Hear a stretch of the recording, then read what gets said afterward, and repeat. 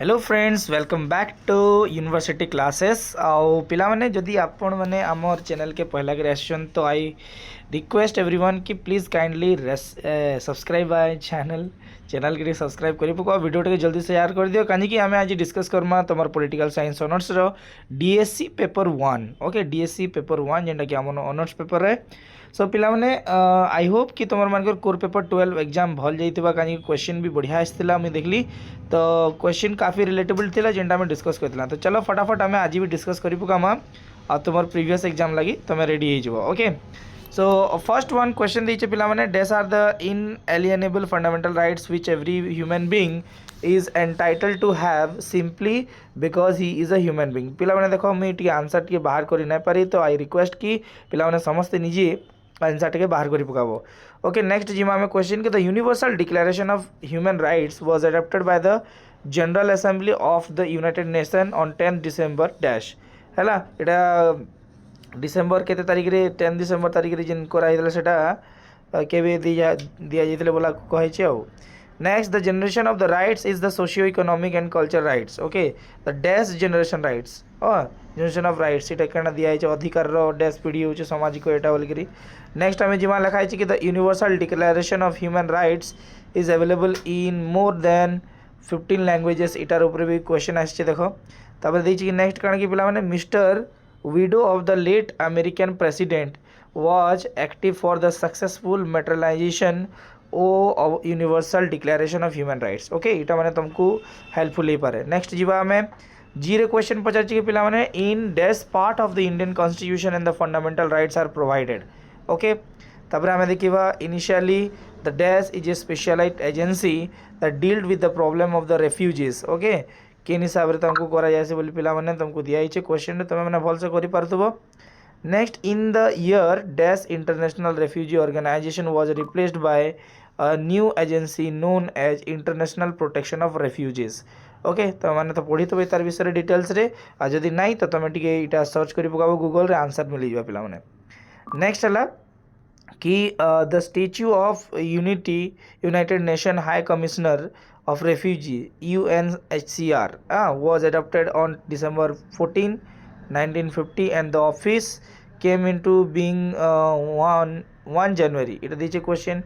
किए दीजिए देखो कि the 1951 conventions relating to the status refugees come into the forces okay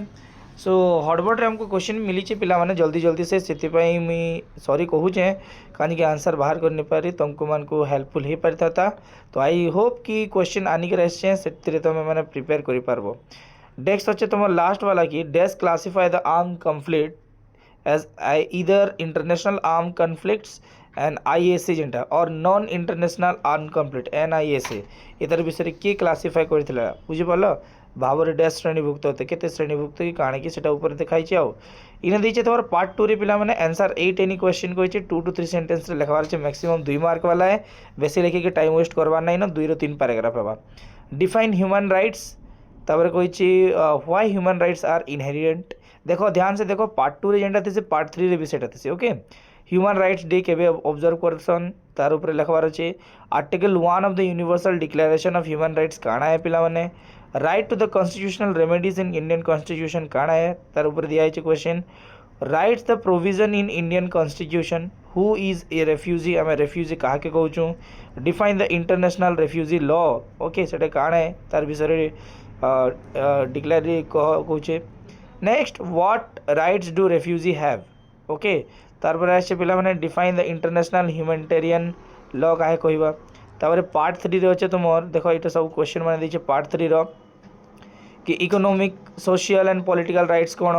the main features of human rights कोन हां द टाइप्स ऑफ ह्यूमन माने तुमको क्वेश्चन दिया है तो तुम यूनिट हिसाब रे भी डिस्कस करि पारो तुम निजे जानि पारतो कि केन यूनिट केनतेटा है right to the family life in international refugees law काहे कहवा जाउचे so what is the difference between the asylum and refugee asylum और refugee रे difference काने हैला so what are the main human rights of the refugees तापर दिया है पिला माने how arms conflict are defined by the international humanitarian law तापर what is the difference between in non international armed conflict Jena NIAC बोलतला में और civil war भीतर difference काने तापर what is the protections in international humanitarian law काहे कहूछु हमें तापर right to life under the international humanitarian law कहा के हमें कहबा। तब देखो नेक्स्ट पार्ट 4 रे अछि हमर पार्ट 4 जेंटा कि तुम्हार 4 मार्क वाला 4 into 7 ओके सॉरी 7 मार्क वाला चार्टा हमको करवार थिला एनी वन सब यूनिट रे गुटे गुटे आछि। तो पहला यूनिट रे क्वेश्चन हला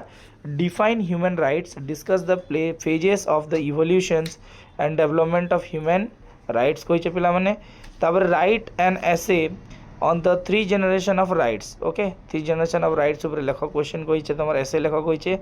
यूनिट 2 रे दी छ तमर यूनिट 2 रा क्वेश्चन हला पिला माने देखि पारुतबे कि दीटा क्वेश्चन है कि write an essay to the universal declaration of human rights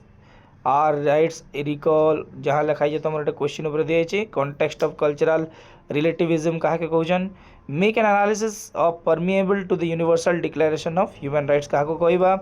next दिया discuss the features of the fundamental rights enumerated in the constitution of India okay.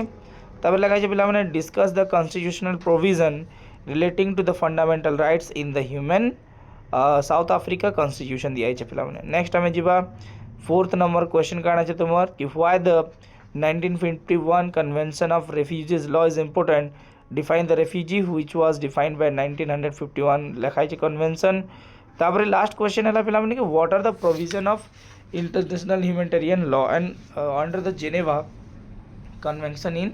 1949। So इटा माने हला तमर क्वेश्चन जेना कि तमर डीएससी 1 रो क्वेश्चन पिला माने। तो आई होप कि तुमको एटा यूजफुल ही पारबा और फ्यूचर रे काम देवा। तो जल्दी से जल्दी फटाफट हमार वीडियो के शेयर कर दिए तुम फ्रेंड्स मान कर पाके जानते कि से मन को भी हेल्पफुल ही पारबा। आई होप एग्जाम भल से जीवा wish you all the very best.